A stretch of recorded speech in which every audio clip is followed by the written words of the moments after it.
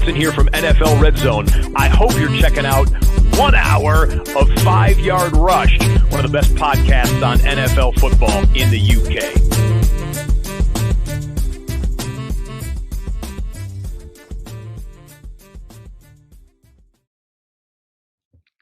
Yo, what's happening, Rush Nation? It is Murph here. It is a Monday. It is another Waiver Wire podcast. It's week 8. We're in the second half of the fantasy football regular season.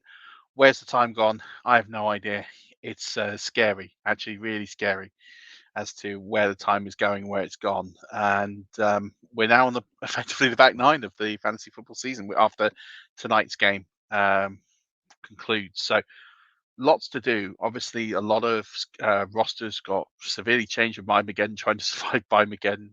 Crazy bye week, unlike any other. And I completely understand that. And so now is an opportunity to refresh those rosters, get a little bit more quality in. And this Waiver Wire podcast should really help with that. So let's get straight into it and let's look at our picks for this week. But actually, before I do that, I just want to talk to you about two things first. First of all, manscaped.com.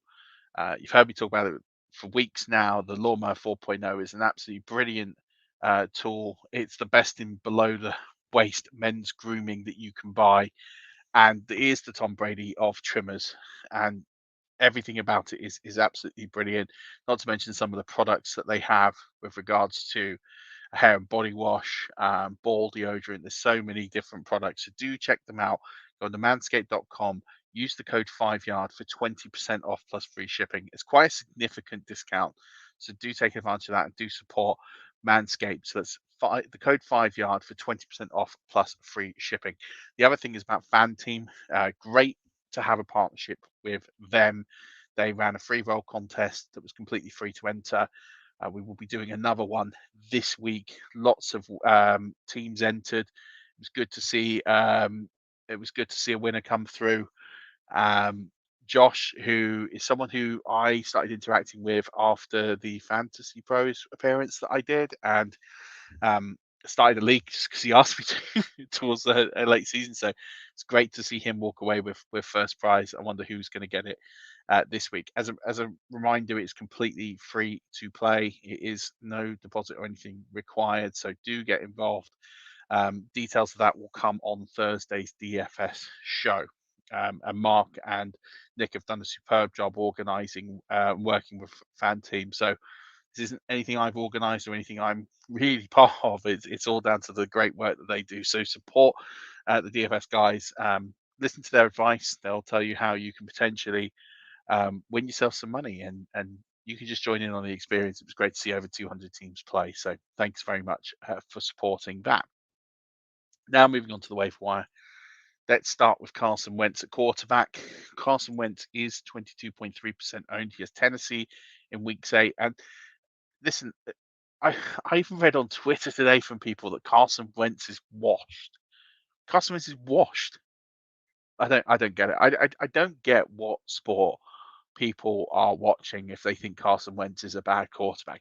Am I saying Carson Wentz is a Hall of Fame great quarterback or someone that we're going to remember 25 years from now as being this elite talent? No. Listen, don't get me wrong. I'm not sitting here overhyping the guy, but he's not a bad quarterback. He's not washed. He is showing behind that offensive line what he can do. It's a new system, it's a new offense, and he has performed quite adequately. And listen, some people say, well, that's not good. He's not Mahomes. He doesn't make all these electric plays. He's getting better every week. He was very, very good in difficult conditions against the 49ers. And he put up over 20 fantasy points yesterday. Like, that's all I want from my QB.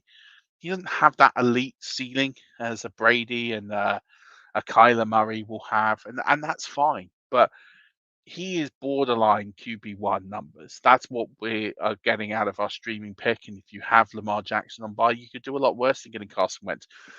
6 of his 7 games, he scored over 17 fantasy points. That's good going. Like that. That's what we want out of the position. I'm not saying he's going to give you this elite ceiling, but he's going to give you a very safe floor. And against Tennessee, I expect him to put up between 17 and 21 fantasy points and do it quite comfortably. So, listen, he's not washed. He's doing his job. He's doing well. And as a result, feel free to just get involved. And 22.3% owned. If you have a team that looks good to win, Carson Wentz is a good pick because again, he's got that safe floor. He's not going to lose you those weeks. If you're looking for a bit more ceiling, then the guy you want is Daniel Jones. He's 28.9% owned. He has Kansas City this week, so it's a really interesting matchup for Daniel Jones. And again, he's another one that people just don't like, and I understand it. I've had my criticisms of Daniel Jones, but he has a really, really high ceiling. You're looking at 5 of the 7 games he's played this season, 16.5 fantasy points. Okay, the other two were between 4 and 5 points. I mean, not great, but he's had games of 29, 26, and 21 points this season.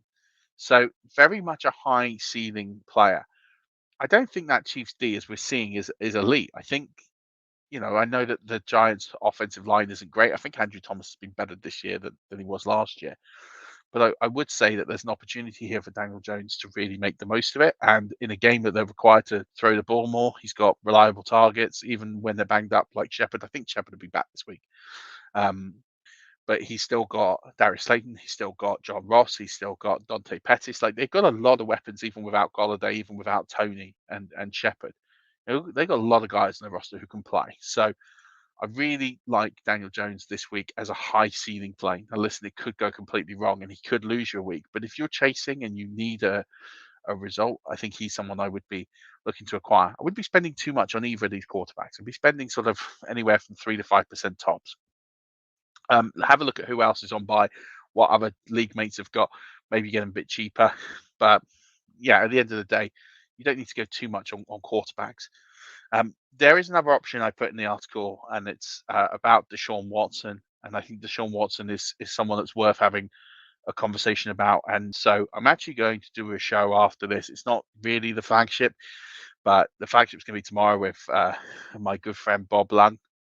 And we're going to talk about consistency, as we talked about a few weeks ago, but we can do a sort of a halfway through the season analysis.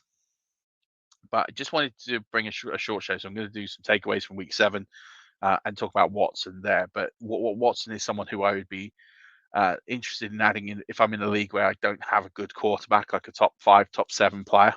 I'd be someone that I'd be looking to potentially add.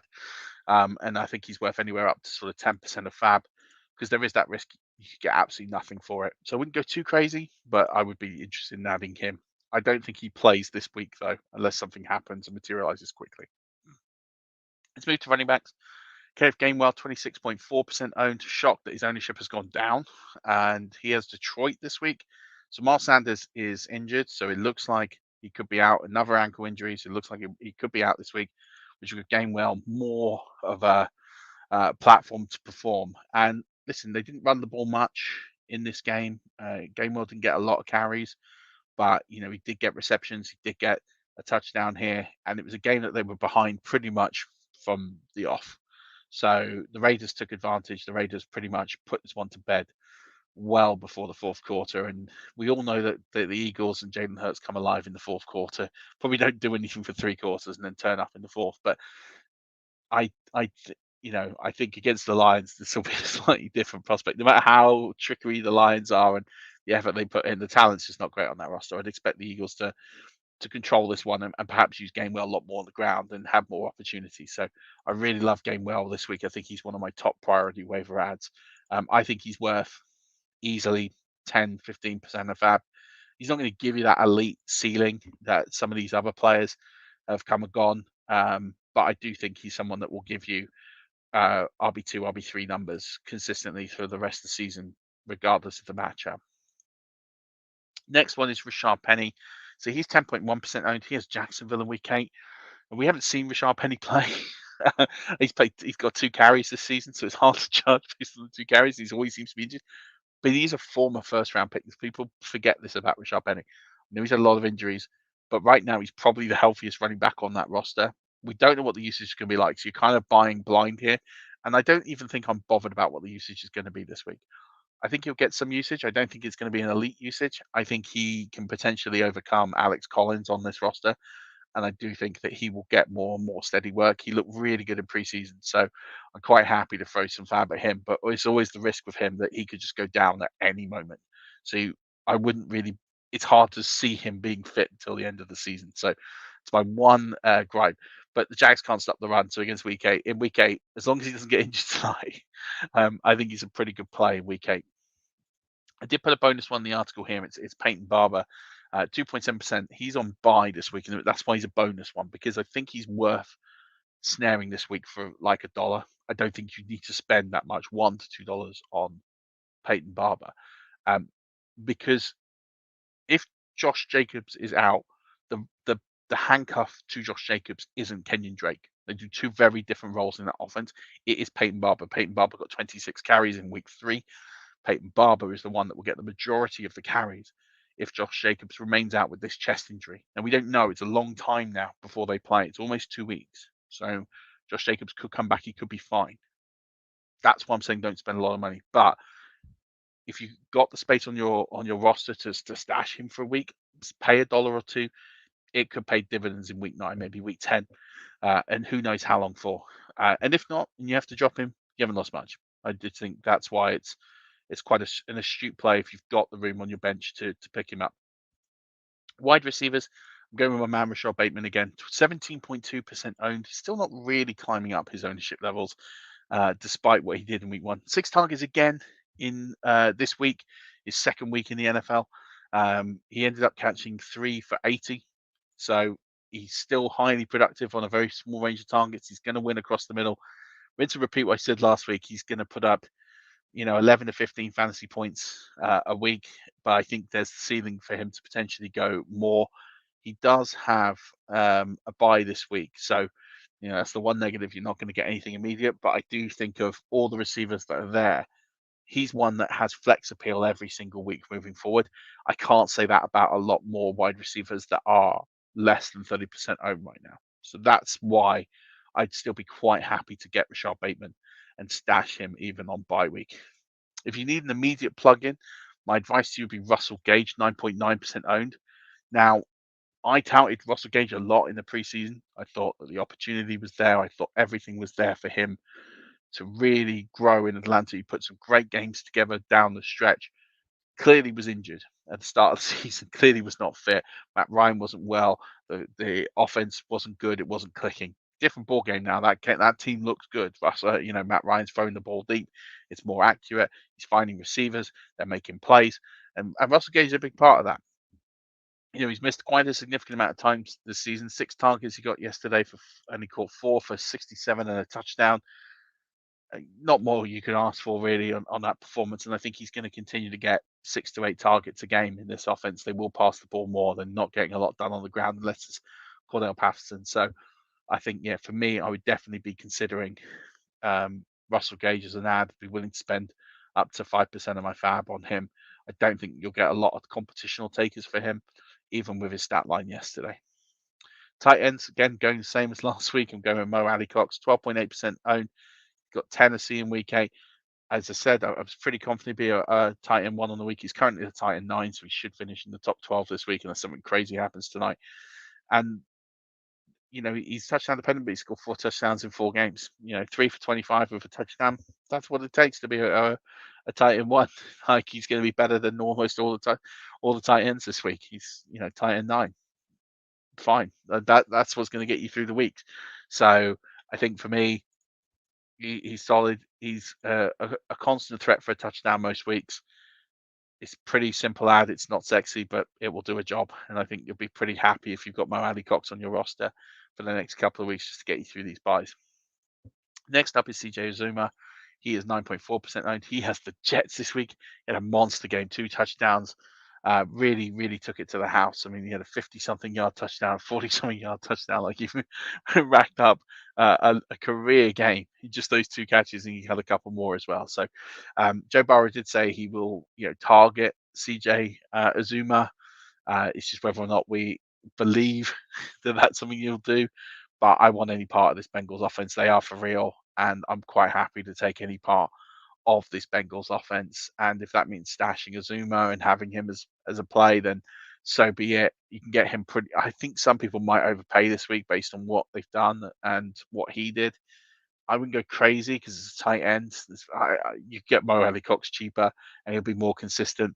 But CJ Uzomah does have this really high ceiling now as a result of being attached to Joe Burrow. So it's worth a couple of percent of fab. Don't go too crazy because he's going to blank probably 2 out of 3, 3 out of 4. But if you get him on that one good game, it's going to go to the house. So if you need a desperation play against the Jets this week, I mean, JJ Taylor was running in touchdowns as the Patriots put up 50, over 50 on the Jets. They're for the taking, the Jets, and I think it's a good week for Azuma to cash in. Staying on the Bengals theme, both my kicker and DST are the Bengals related. So the kicker is Evan McPherson, 8.5% owned. Again, he has the Jets. Again, I want any part of this offense. They're going to score points. They should really score a lot of points on the Jets, and that will give Evan McPherson all the opportunity to kick field goals and to kick extra points. So easy decision. Only 8.5% owned. I know he had a shocker. I talked about him a couple of weeks ago. Maybe it was even last week. He had a shocker against the Packers, but he's really bounced back well. It shows a lot of maturity to do that. So I'm quite happy to have Evan McPherson as my set and forget kicker for the rest of the season. I know they've got to go for a bye, but other than that, I think he's easily going to be a top 8 kicker when the rest of the season happens. And then the Bengals DST, they got the Jets. With Mike White, it looks like Zach Wilson's going to be out for 2 to 4 weeks. Mike White's going to come in and play. Maybe they sign someone. Maybe they sign Cam Newton. Who knows? Don't care. I don't care. It doesn't matter who's quarterback of the Jets. They're not going to put up points. Not going to put up a lot of points. They're rife for turnovers. Even if you put Cam in, he's going to turn the ball over. He's not going to have time to acclimatize that offense. So you're going to either have a guy off the street who's going to have to pick up the playbook and play, or you're going to have to play Mike White, who has 3 and a bit quarters of NFL experience. Either way, it's not good. Either way, this game is going to have turnovers galore. So all day long, add the Bengals DST. That'll do it this week for the Waiver Wire podcast. Do check out the article. Do check out everything that we're doing. And check me out. I'll be on in 10 minutes time or so. And just taking you through a quick roundup of week 7 and a little bit on Deshaun Watson as well. So until then, Rush Nation, as always,